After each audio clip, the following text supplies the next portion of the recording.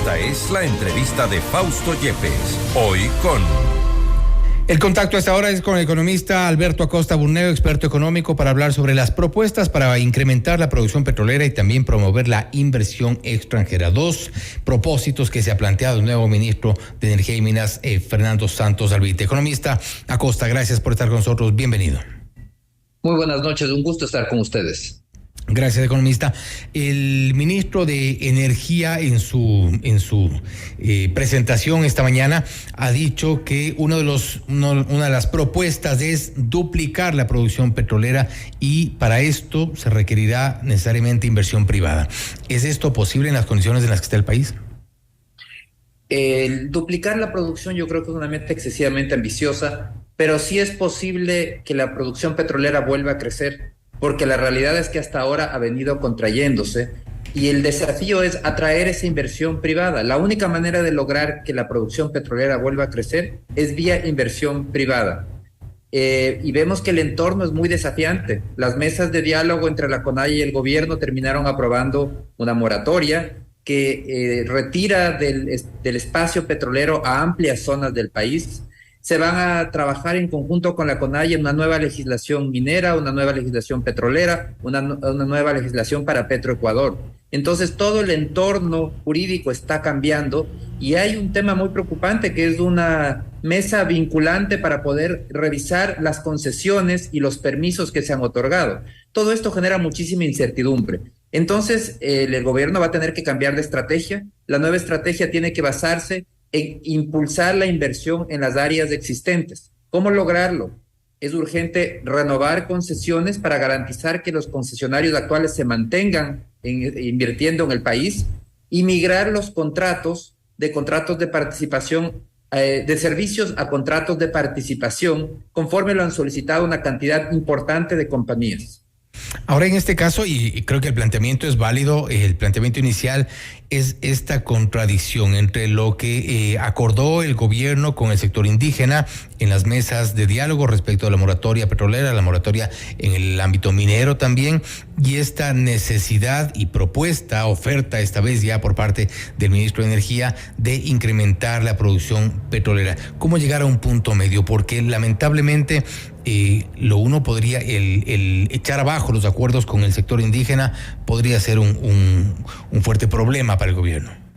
Bueno, la manera de hacerlo es cambiando la estrategia. Ampliar las áreas petroleras no es posible porque se tiene que respetar, el gobierno va a respetar ese acuerdo que ha llegado, me imagino que lo respetará, el acuerdo que ha llegado con los indígenas, caso contrario estaría irrespetando ese acuerdo.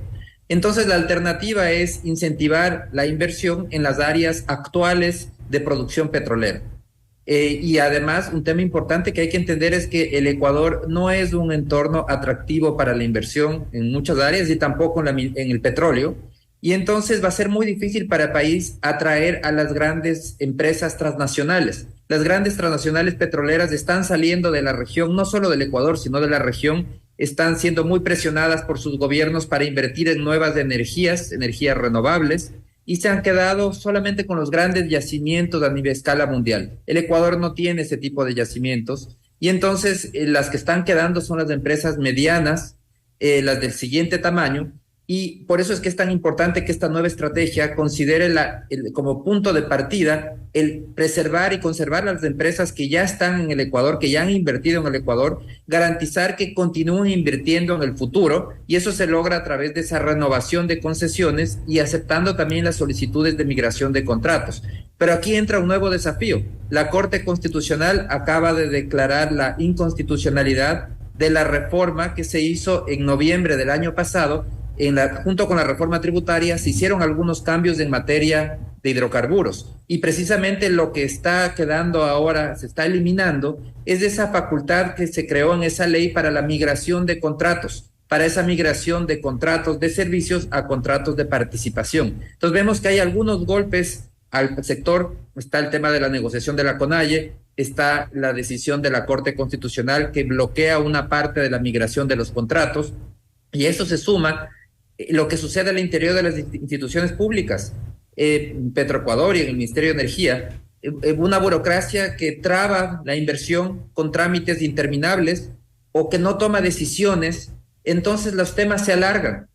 así va a ser muy difícil lograr acelerar la inversión. Se necesita una mejor alineación entre las metas oficiales, que hay una claridad, el gobierno ha dicho quiero duplicar la producción petrolera, eso tiene que verse reflejado en lo que hacen los mandos medios, que son quienes al final del día tienen que tramitar todos esos procesos de inversión y son quienes en la actualidad están trabando esos procesos de inversión. Se mete el gobierno en un problema serio porque el ministro de Energía, Fernando Santos, decía hemos sacado el petróleo fácil, ahora nos toca sacar el petróleo difícil, pero para eso necesitamos dólares y no tenemos dólares. Petroecuador no tiene dólares y harán un llamado a la empresa privada. En las condiciones que usted plantea en este momento, esta opción de traer inversión privada para gastos que no son menores, para proyectos que no son de bajos recursos, que son en los cuales se necesitan muchos recursos, eso va a ser mucho más complicado. Definitivamente es muy complicado traer a nuevos interesados de invertir en el país, sobre todo porque hay que estar muy claros, el entorno está cambiando y eso genera incertidumbre. Parte de la negociación con la CONAIE se acordó que la CONAIE participe en esta mesa con carácter vinculante para evaluar las concesiones que se han otorgado. Eso al final del día hay que revisar incluso si es constitucional, porque el Estado estaría cediendo parte de sus capacidades reguladoras a un grupo de la población, que eso es algo que la Constitución no lo permite. Pero eso genera incertidumbre. Otra fuente de incertidumbre es la ley que se va a trabajar, una nueva ley petrolera y una ley para Petroecuador, que se va a trabajar en conjunto con la CONAIE. ¿Qué va a salir de esa ley? Todos sabemos que la posición de la CONAIE es muy clara, antipetróleo y antiminería, sobre todo antiminería formal. Entonces vemos cómo eso genera muchísima incertidumbre. Entonces el gran desafío va a ser trabajar con los inversionistas que ya están aquí. Yo creo que esa es la gran salida que existe en este momento para acelerar esa inversión. Y por otro lado, el nuevo ministro tiene el gran desafío también de destrabar esos procesos de inversión. El nuevo ministro conoce muchísimo del tema y esperemos que eso sirva para poder tomar las decisiones que se requieren, porque ha habido también una falta de decisiones dentro de las autoridades y las instituciones que deben autorizar los distintos procesos, prefieren no autorizar y se oyen voces que dicen, no, es que las concesiones deben revertirse al Estado. Ese es el peor de los escenarios que podemos tener. El Estado no tiene los recursos para invertir y si dejamos que esas concesiones, que los concesionarios se vayan y que se reviertan esas concesiones al Estado, lo que veremos es que la producción petrolera seguirá cayendo aún más. Lo que necesitamos en este momento es garantizar que esos inversionistas se mantengan, que se extiendan esas concesiones, que haya nuevos compromisos de inversión y de esa manera seguir garantizando que fluyan más recursos a una actividad que en la actualidad tiene muchísimo más riesgo que nunca por todo este entorno político cambiante. Ahora, lograr más recursos, lograr la confianza para que la empresa privada inyecte estos recursos en los proyectos petroleros en Ecuador, se vuelve más complicado porque los temas de corrupción que ahogan a Petroecuador, que ahogan al Ministerio de Energía y Minas. Ahora mismo veíamos una protesta por parte de los trabajadores de Petroecuador, reclamaban por una necesidad urgente de depurar a la institución que se ha visto envuelta en escándalo tras escándalo, no de ahora, de hace más de una década a esta parte. Bueno, es preocupante que, por ejemplo, como parte de los compromisos con el Fondo Monetario Internacional, hace más de 2 años, el gobierno del Ecuador dijo que iba a hacer una auditoría a Petroecuador, una de las exigencias del fondo para darle transparencia.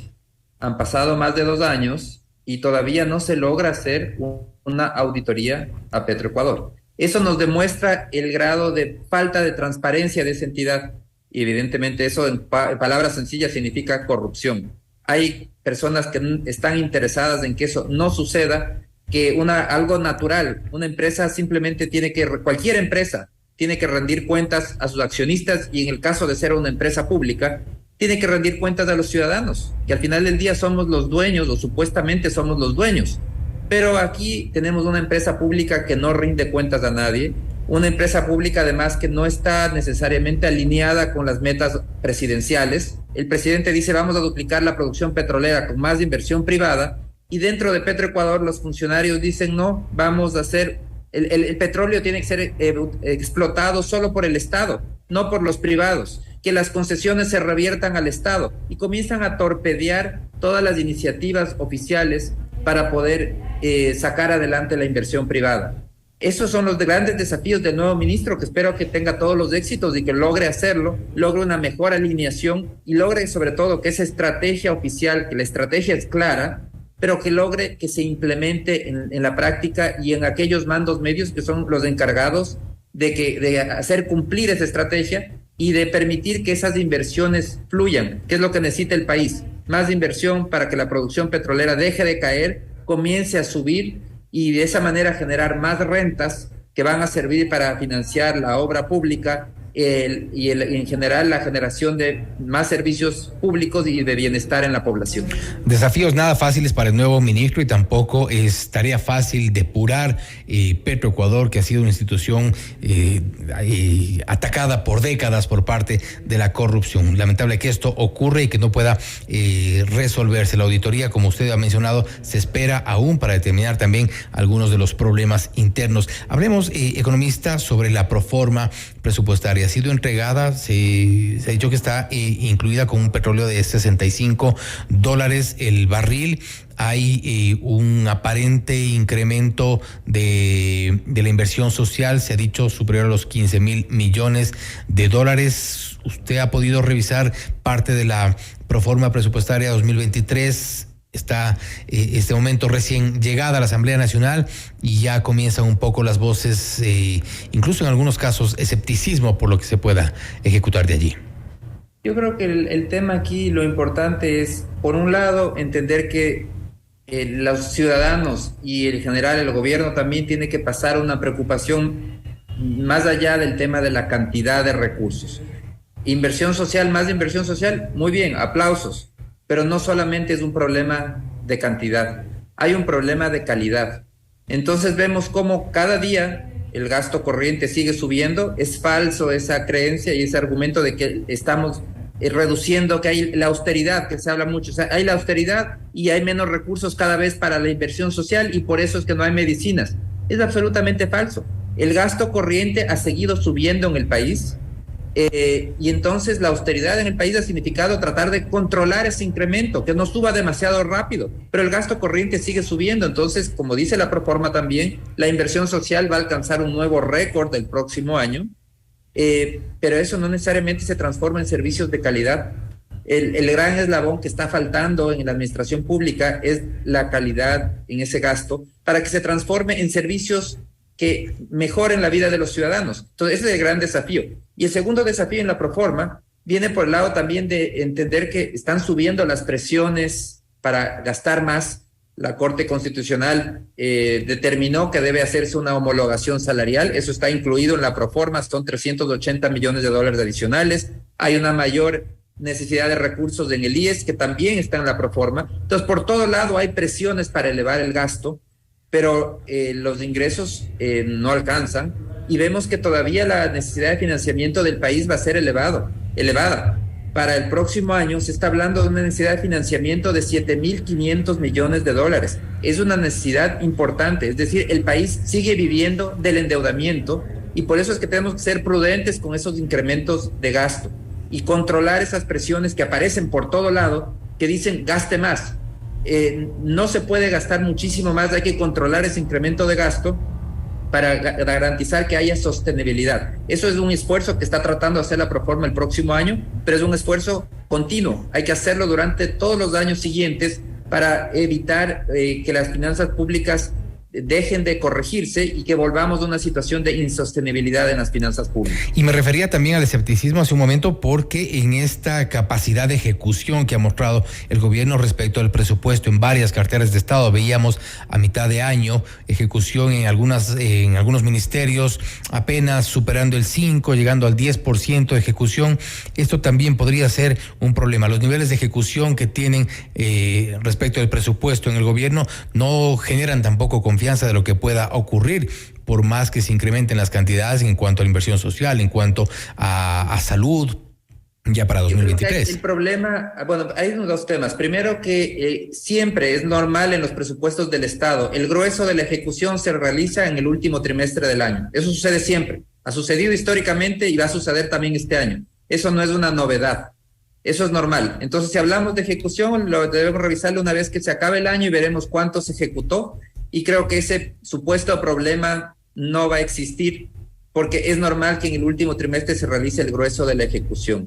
Por otro lado, yo creo que preocuparnos por cuánto se ejecutó es una preocupación equivocada. La preocupación que debemos tener nuevamente es del tema de la calidad, porque no se trata de gastar por gastar. Ejecutar presupuestos significa gastar por gastar. Gaste, no importa en qué ni cómo, pero gaste y cumpla a tiempo. Y es lo que ocurre al finales de año cuando en muchas entidades ejecutan al apuro. Exactamente, eso es lo que sucede. Y entonces se transforma en un gasto de mala calidad, cuando la preocupación que debemos tener es garantizar y comenzar a incorporar métricas de calidad en el gasto, que es donde vemos que está fallando. El que no haya medicamentos en los hospitales no es un problema de recursos, no falta dinero para comprar medicamentos, hay un problema de gestión. Se hizo una emergencia el año pasado y no se pudo comprar, en octubre del año pasado no se pudo comprar medicamentos, se intentó nuevamente en diciembre, tampoco se completó la compra, y en junio de este año se inició otra emergencia, está en proceso de compra de medicamentos. Entonces vemos que hay un problema más allá. No podemos reducir los temas a más dinero o menos dinero. Eso no lo soluciona todo, y el gran eslabón perdido es la calidad, y la calidad en la gestión, la calidad en el gasto, y garantizar que esos recursos sí le cambien la vida al ciudadano, porque vemos que de manera general el gasto corriente sigue subiendo, pero los servicios y lo que recibe el ciudadano no está mejorando, y en muchos casos se ha deteriorado inclusive, pero no es por falta de recursos, hay un problema de gestión, y en eso tenemos que ponerle el ojo, en la calidad del gasto y en la calidad y la capacidad de gestión para garantizar que ese gasto sí le cambie la vida al ciudadano. No se trata de gastar por gastar ni de ejecutar presupuesto. Todo se reduce a la eficiencia en el gasto público. Economista, gracias por haber estado con nosotros. Muchísimas gracias, siempre es un gusto.